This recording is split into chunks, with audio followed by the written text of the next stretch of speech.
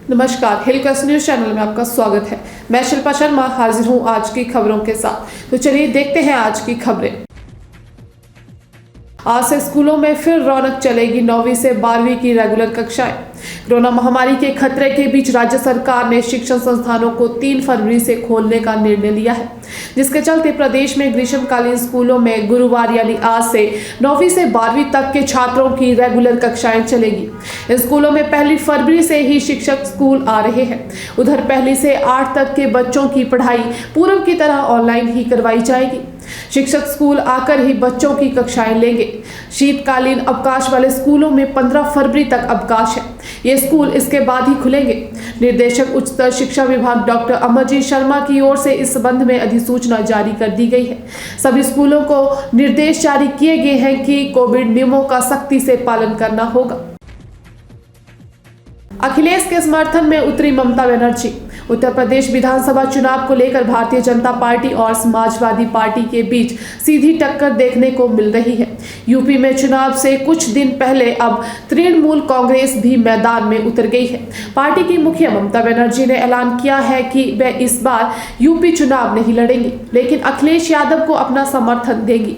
उन्होंने कहा कि आगामी लोकसभा चुनाव में पार्टी यूपी से जरूर लड़ेगी। इससे पहले बुधवार को ममता बनर्जी निर्विरोध पार्टी की मुखिया चुनी गई। हालांकि इससे पहले पार्टी के अंतर्कलह सामने आई थी, लेकिन ममता बनर्जी एक बार फिर पार्टी की चीफ बनी। ममता बनर्जी ने ऐलान किया है कि उनकी पार्टी यूपी में विधानसभा चुनाव नहीं लड़ने जा रही है, लेकिन आगामी 8 फरवरी को समाजवादी पार्टी प्रमुख अखिलेश यादव का समर्थन करेगी। उन्होंने आगे कहा कि टीएमसी लोकसभा चुनाव 2024 यूपी से जरूर लड़ेंगे। बद्दी चंडीगढ़ रेल लाइन के लिए 450 करोड़ का बजट। हिमाचल के सबसे बड़े औद्योगिक क्षेत्र बीबीएन के लिए केंद्रीय बजट बड़ी सौगात लेकर आया है।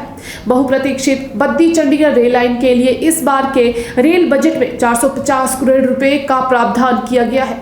बता दें कि इस रेल लिंक के लिए हिमाचल के दायरे की तमाम भूमि का अधिग्रहण हो चुका है और ज्यादातर भूमालिकों को मुआवजा अदायगी भी हो चुकी है।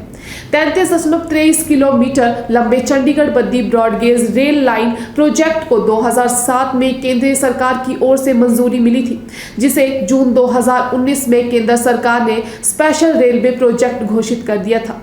इस रेल लाइन की जद में हिमाचल के हिस्से की कुल 34 हेक्टेयर भूमि आ रही है, जिसमें से 30 हेक्टेयर भूमि का अधिग्रहण किया जा चुका है, जबकि 4.25 हेक्टेयर अतिरिक्त भूमि का और अधिग्रहण किया जाना है। वर्ष 2007-8 में भारत सरकार की ओर से स्वीकृत चंडीगढ़ बद्दी रेल लाइन की अनुमानित लागत 1672.70 करोड़ रुपए आंकी गई है।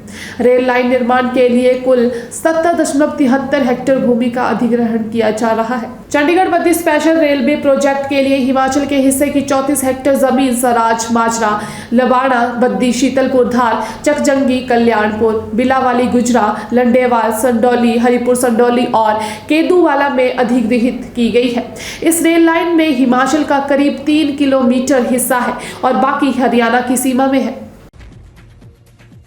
डिपो संचालकों के लिए बने स्थायी नीति। प्रदेश डिपो संचालक समिति ने सीएम को ज्ञापन सौंप लगाई गुहार। प्रदेश डिपो संचालक समिति का एक प्रतिनिधिमंडल प्रदेशाध्यक्ष अशोक कवि की अगुवाई में बुधवार को सर्किट हाउस में मुख्यमंत्री से मिला। इस मौके पर प्रदेश के निजी डिपो धारकों व सहकारी सभाओं के विक्रेताओं के लिए स्थायी नीति बनाने हेतु एक ज्ञापन सौंपा गया। निजी डिपो धारकों व सहकारी सभाओं के विक्रेताओं के साथ सचिव का कार्य देख रहे सभाओं के कर्मचारियों की दयनीय आर्थिक स्थिति की ओर आकर्षित करना चाहते हैं। प्रदेश में करीब 5044 डिपो है, जिनका संचालक निजी डिपो धारक व सहकारी सभाएं कर रही है।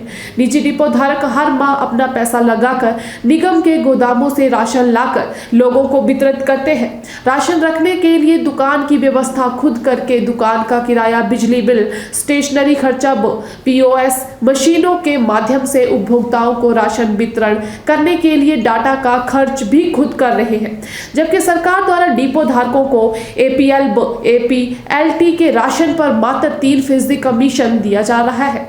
वहीं दूसरी ओर सहकारी सभाओं द्वारा संचालित डिपोओं पर सभाओं द्वारा विक्रेताओं की नियुक्तियां की गई है और सभाओं के कर्मचारियों के लिए सरकार ने सेवा नियम भी बनाए हैं।